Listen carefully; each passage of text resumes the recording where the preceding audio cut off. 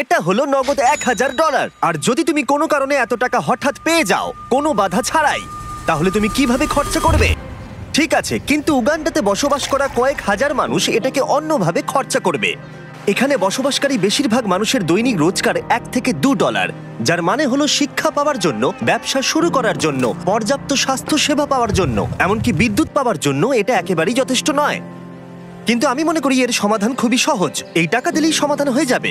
কিন্তু এটাও ঠিক, এমন লোকদের এতগুলো টাকা একসাথে দেওয়া ঝুঁকিপূর্ণ হয়ে যাবে যারা এতগুলো টাকা এর আগে কখনো একসাথে পায়নি। তাই যখন একটা অর্গানাইজেশন এই কাজে আমাদেরকে সাহায্য করবার জন্য এগিয়ে এলো, তখন আমরা জানতাম আমাদের আরো জানবার জন্য সেখানে যেতে হবে। উগান্ডা একটি সুন্দর দেশ এবং এখানে কিছু অবিশ্বাস্য লোক থাকে, কিন্তু যখন আমি প্রথম এই প্রোগ্রামটি সম্পর্কে গিভ ডাইরেক্টলির সাথে যোগাযোগ করি, তখন আমার প্রাথমিক প্রতিক্রিয়া এটাই ছিল যে এটা একটা ভয়ানক ধারণা। আমি ভেবেছিলাম যে চরম দারিদ্র্যের মধ্যে থাকা মানুষগুলোকে যদি 1 বছরের পুরো আয় সরাসরি তাদের হাতে তুলে দেওয়া হয়, তাহলে বোধহয় দুর্যোগের মধ্যে সেটা সঠিক হবে না। গিভ ডিরেক্টলি একটা সিলেকশন প্রসেসের মধ্য দিয়ে অর্থনৈতিকভাবে সবথেকে পিছিয়ে পড়া গ্রামগুলোকে বেছে নেবে আর প্রত্যেকটা ফ্যামিলিকে সাইন আপ করাবে। তারপর তাদেরকে একটা করে মোবাইল ফোন দেওয়া হবে আর তারা একটা ইউনিক পিন নাম্বার পাবে। টাকাটা তাদের সিম কার্ডে ডাইরেক্ট ঢুকবে যাতে তারা সরাসরি লেনদেন করতে পারে, অথবা তারা পিন কোড ব্যবহার করে কাছাকাছি আউটলেটে গিয়ে মোবাইল মানি এজেন্টের কাছ থেকে ক্যাশ উইথড্র করতে পারে। এই সমস্ত পিছিয়ে পড়া সম্প্রদায়ের মানুষদের সীমিত কাজের সুযোগ তাদের পরিবারের ভরণ পোষণ অত্যন্ত কঠিন করে তুলেছে। তাদের মধ্যেই একজন হলো পল। আমার স্ত্রী আর 2 সন্তান আছে, আমরা 4 জনে থাকি। আমার পরিবার দিনে একবারই খেতে পায়, আমরা একবারই খাই, রাতের বেলা, যেটা আমার কাছে খুব কষ্টকর। যদি পলের একটু বেশি অর্থ থাকতো তাহলে সে সেটাকে শুধুমাত্র ব্যবসাতেই বিনিয়োগ করতো না, বরং তার সন্তানরা এর পাশাপাশি ভালো শিক্ষার সুযোগও পেত। আমার এখন জীবনের লক্ষ্য হলো সিনিয়র 4 সার্টিফিকেট পাওয়া। হয়তো তারপর আমার জীবনের কোনো একটা উন্নতি ঘটবে কোনোভাবে। চরম দারিদ্র্যের মধ্যে বসবাসকারী লোকেরা খুবই সীমিত। তাদের বেশিরভাগ দিন অতিবাহিত হয় ছোটখাটো কাজে এবং তারা নিজেরা এই দারিদ্র্যের চক্র থেকে বেরিয়ে আসতে পারে এটা তারা ভাবতেই পারে না। 1 বছর আগে এরকমই অবস্থা ছিল টিয়ান এবং লোকুরের। তাদের বাচ্চারা স্কুল ছেড়ে দিয়েছিল আর তাদের এলাকায় কাজ খুঁজে পাওয়া অত্যন্ত কঠিন ছিল। কিন্তু গিভ ডিরেক্টরির কাছ থেকে ডোনেশন পাবার পর তাদের জীবন একেবারেই বদলে যায়। তারা সেই ডোনেশন ব্যবহার করে জমি কেনে এবং নিজেরাই সেই জমিতে চাষ করতে শুরু করেছে। তারা একটা গ্রেন মিলও কিনেছে এবং তারা এখন গোটা সম্প্রদায়ের জন্য শস্য প্রক্রিয়াকরণ করে অল্প প্রফিটও করছে। তারা এখন তাদের সেই প্রফিট দিয়ে নিজেদের বাড়িতে একটি দোকান খুলতে চায়। তার সাথে লোকুরে এখন গ্রামের মধ্যে একটা রিফুয়েলিং স্টেশনও চালু করেছে। এই প্রোগ্রামটি কি করতে পারে তার জ্বলন্ত উদাহরণ এটা, কারণ এর ফলে তাদের ব্যবসা এবং অর্থনীতি দুটোরই উন্নতি হয়। তাও আমাদের সন্দেহ ছিল এই ডিরেক্ট ক্যাশ দেওয়াটা কতটা কাজে আসবে। আমরা জানতে চাইছি এতে ওদের কি কি সুবিধা হবে ওদের ট্র্যাডিশনাল সিস্টেমগুলোকে কাজে লাগিয়ে। তাই আমরা স্থানীয় গিভ ডাইরেক্টলি ফিল্ড অফিসার সিলভেস্টোর সাথে দেখা করলাম। আমি এই কমিউনিটির মধ্যেই থাকি, আমি কারামোজাতে কাজ করি। আমি এখানেই জন্মেছি এবং এখানেই বড় হয়েছি। আমার ক্ষেত্রে যেটা হয়েছিল, যখন আমি বড় হচ্ছিলাম, মানে যখন আমি স্কুলে পড়ছিলাম, বিশেষত যখন আমি সেকেন্ডারি এডুকেশনের জন্য পড়ছি, আমার বাবা মায়ের কাছে অতটা টাকা ছিল না যাতে তারা আমার পড়াশোনা আরো এগিয়ে নিয়ে যেতে পারে। তাই আমাদের বাড়িটা বিক্রি করে দেয় যাতে আমি স্কুলে যেতে পারি। সেটা ছিল আমার কাছে আমার স্বপ্ন বিক্রি করে দেওয়ার মতো, আমার সবকিছু বিক্রি করে দেওয়ার মতো। এটা ছিল এক চরম দারিদ্রতা, আমাদের কাছে কোনো কিছুই ছিল না। যখন আমি গিভ ডাইরেক্টলিতে জয়েন করলাম, আমি বুঝতে পারলাম যে এটা অনেক অনেক আলাদা। আগে আমি যাদের সাথে চ্যারিটি করেছি তাদের থেকে অনেক আলাদা। গিভ ডাইরেক্টলি আমাদের ডিরেক্ট ক্যাশ দেয়, সেই ক্যাশটা আমাদের কমিউনিটির মধ্যে যায় আর সেই ক্যাশটা আমাদের কমিউনিটির বিজনেসও বাড়ায়। এই ক্যাশটার বদলেই আমরা আমাদের চাহিদা পূরণ করতে সমর্থ হই। মানুষ দারিদ্র্যের মধ্যে আটকে পড়েছে প্রচেষ্টার অভাব বা সামর্থ্যের অভাবে নয়, সুযোগের অভাবে তারা দারিদ্র্যের মধ্যে আটকে পড়েছে। তাদের মধ্যেই একজন হলো জোসেফ, যিনি গ্রামের প্রধান। কেউ কেউ অনেক দূরের জমির মালিক, তাই আপনার যেটা সব থেকে বেশি দরকার সেটা হলো টাকা, যাতে আপনি কাছাকাছির মধ্যে জমি কিনতে পারেন। আমরা এই ঘাসের বাড়ি তৈরি করি আর উই পোকা এই ঘাসগুলো খুব দ্রুত খেয়ে নেয়, তাই খুব বেশি দিন এই বাড়িগুলো থাকে না। আমরা পরের বছর আবার এগুলো তৈরি করি, ধ্বংস করি, আবার তৈরি করি, এভাবেই চলতে থাকে। কিন্তু এই গ্রামে বাড়ির সমস্যাই একমাত্র প্রধান সমস্যা নয়। ক্ষুধা, দারিদ্রতা এবং শিক্ষার অভাব এই সমস্ত সম্প্রদায়ের মানুষদের অন্যতম প্রধান সমস্যা। তার নিজের গ্রাম পরিচালনা করার বোঝা ছাড়াও জোসেফ গুরুতর স্বাস্থ্য জটিলতায় ভুগছে।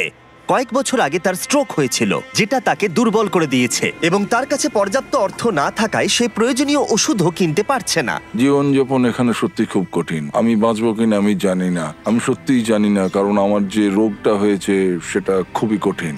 আমি সত্যিই জানি না। এখানে প্রত্যেকের নিজের নিজের চাহিদা রয়েছে এবং আমরা যেটা বুঝতে পেরেছি সেটা হলো এই মানুষগুলোকে একটা ভালো ভবিষ্যৎ দিতে গেলে তাদের নিজেদের এবং তাদের পরিবারের জন্য সিদ্ধান্ত নেওয়ার ক্ষমতা দিতে হবে।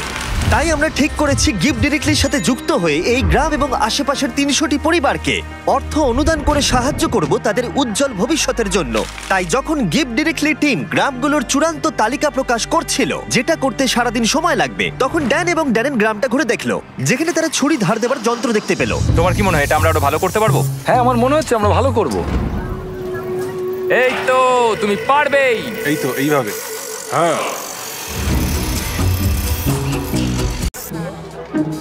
এবার এখন এগুলো টেস্ট করার সময়। ওরা কি টেস্ট করার জন্য চিকেন এনেছে? না, ওরা আমাদের জন্য চিকেন আনেনি। আমাদের পেছনে এখন অনেক লোক দাঁড়িয়ে আছে আর ওরা দেখবে যে সব থেকে ভালো কে ছুরি ধার দিয়েছে। যদি তোমরা ফুটেজটাকে রোল ব্যাক করে দেখো তাহলে দেখতে পাবে ড্যারেনকে একজন অ্যাসিস্ট করছে ছুরিটা ধার দেওয়ার জন্য, আর আমি পুরোটা একা একা করে গেলাম। আমি অনেক বেশি প্রফেশনাল ভাই। হ্যাঁ, ঠিক আছে। আর এখন ড্যান এবং ড্যারেনের পালা। আমি চ্যাম্পিয়ন। হ্যাঁ, হ্যাঁ, তুমি চ্যাম্পিয়ন, তুমি চ্যাম্পিয়ন। ড্যারেন হার মানতে না পেরে অন্য কিছু চেষ্টা করলো। সমগ্র আফ্রিকা জুড়ে লোকেরা তাদের মাথার ওপরে জিনিসপত্র বহন করে থাকে। ড্যান আর আমি এখন সেটাই চেষ্টা করতে যাচ্ছি। ওরে বাপরে। দাঁড়াও। আরে তুমি দাঁড়াও। তুমি কি ঠিক আছে? তোমার হাত নিচে তো? হ্যাঁ। তুমি এটা নিয়ে দাঁড়িয়ে আছো কি করে? ঠিক আছে। তুমি তৈরি তো? ও, আমি জিতে গেছি। হতেই পারে না। ঠিক আছে, এইটা ড্যারেন জিতলো, কিন্তু ওর ব্যাগটা। তুমি এটা কিভাবে করছো?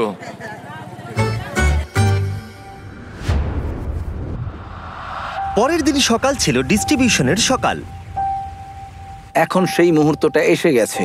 সমস্ত টাকা 10 মিনিটের মধ্যে ট্রান্সমিটেড হয়ে যাবে। এই মানুষগুলো অবশেষে তাদের দারিদ্র্য থেকে মুক্তি পাওয়ার একটা সুযোগ পাচ্ছে, যা নিয়ে তারা সারা জীবন লড়াই করছিল।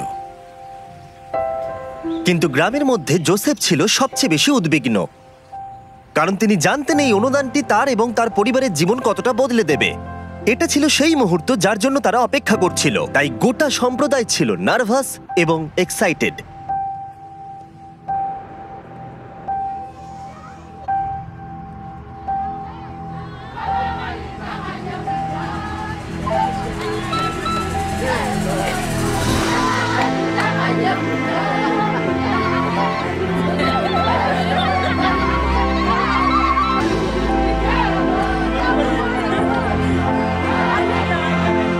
এটি অনেকগুলো মানুষের জন্য একটা সত্যি অসাধারণ মুহূর্ত। এটা শুধুমাত্র এই মানুষগুলোর জন্য নয়, বরং তাদের সন্তান এবং পরবর্তী প্রজন্মের জন্যও সুযোগ। গিফট ডিরেক্টলির সাথে যুক্ত হয়ে আমরা এই গ্রামের হাজার হাজার মানুষের জীবন পরিবর্তন করতে সক্ষম হয়েছি।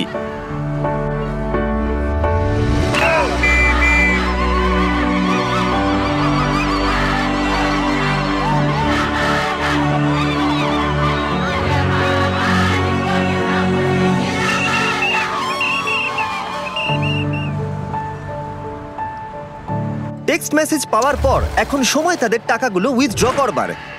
100 বছর আগের থেকে এই মানুষগুলো কোনোদিন সেরকম ভাবে সুযোগ পায়নি, কিন্তু এখন তারা এগিয়ে চলেছে। তারা সুযোগ পাচ্ছে। ইতিহাসের একটি কলঙ্কিত অধ্যায় শেষ হয়েছে এবং তারা শুধু নিজেদের জন্য নয়, পরবর্তী প্রজন্মের জন্যও শক্তিশালী ভবিষ্যৎ গড়ে তুলতে পারে। এবং তাদের মধ্যে বেশ কয়েকজন এটার সঠিক ব্যবহার করতে শুরু করে দিয়েছে, যেমন রুথ। এই অর্থকে কিভাবে কাজে লাগাতে হয় তার শক্তিশালী উদাহরণ হলো রুথ। গিফট ডিরেক্টর থেকে টাকাটা পাওয়ার আগে আমি আমার সন্তানদের ঠিকমতো দেখাশোনা করতে পারতাম না, কোনো ওষুধ কিনতে পারতাম না। আমি একজন হাউসওয়াইফ ছিলাম, আমাদের জীবন খুব কষ্টে কাটছিল। কিন্তু প্রতিকূলতা সত্ত্বেও রুথ গিফট ডিরেক্টলির সাহায্যে তার স্বপ্নগুলো সত্যি করতে দৃঢ় প্রতিজ্ঞ ছিল। সে তার স্বপ্নগুলোকে বাস্তবে পরিণত করবার জন্য এবং তার পরিবারের সন্তানদের উজ্জ্বল ভবিষ্যৎ দেবার একটা সুযোগ পেয়েছিল। ও এখন তার ব্যবসায়িক মনোভাবকে ব্যবহার করে শুধুমাত্র নিজের উন্নতিকরণের জন্য নয়, বরং তার পুরো সম্প্রদায়ের উন্নতিকরণের জন্য। আমি এখন আমার পরিবারের সব দায়িত্ব নিতে পারছি। এখন আমাদের জীবন অনেক সহজ হয়ে গেছে, আগের মতো আমাদের আর কষ্টে দিন কাটাতে হয় না। কিন্তু রুথই একমাত্র নয় যে তার টাকাগুলোকে সঠিকভাবে ব্যবহার করতে শুরু করেছে, যেমন আউমা, যে তার গোটা জীবনকে উৎসর্গ করেছে শিক্ষার জন্য। বছরের পর বছর কঠোর পরিশ্রম করে সে তার নিজের জমি কেনবার টাকা অর্জন করতে পেরেছে। এবং গিফট ডিরেক্টলির অর্থ অনুদানের সাহায্যে সে তৈরি করেছে ক্লাসরুম, টয়লেট, এমনকি 7 জন টিচারকেও সে হায়ার করেছে। বর্তমানে এই স্কুলে 200 জনেরও বেশি ছাত্রছাত্রী রয়েছে। এই অর্থ সম্প্রদায়ের একটি অত্যন্ত প্রয়োজনীয় ফার্মেসিতেও ব্যবহার করা হয়েছে। হাজার হাজার শিশুর জন্য স্কুল ফি এবং ইউনিফর্মের জন্য, এমনকি কয়েকশো পরিবারের বাড়ি তৈরিতেও ব্যবহার করা হয়েছে। এবং অর্থ কিভাবে ব্যবহার করা উচিত তার উদাহরণ হয়ে দাঁড়িয়েছে। এই মানুষগুলোকে সামান্যতম সুযোগ দেওয়া হলেই তারা সেটিকে গ্রহণ করে এবং এটি করতে তারা ঝাঁপিয়ে পড়ে। এটি তাদের কাছে এমন একটি সুযোগ যা তারা আগে কখনো পায়নি। এবং এই ঘটনাগুলো আমার জীবনে এতই ইন্সপায়ারিং এবং মোটিভেটিং ফ্যাক্টরস যা আমি কখনো এক্সপিরিয়েন্স করিনি। ট্রিপটা শেষ করার জন্য ড্যারেন আরো একটি স্কুল পরিদর্শন করলো।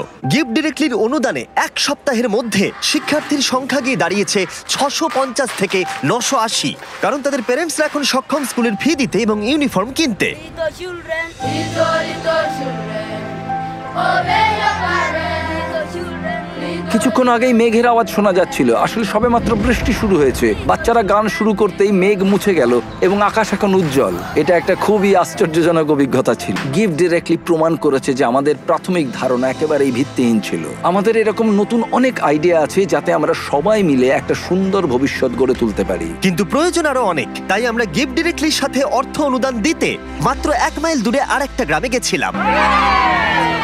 বাই। সাবস্ক্রাইব।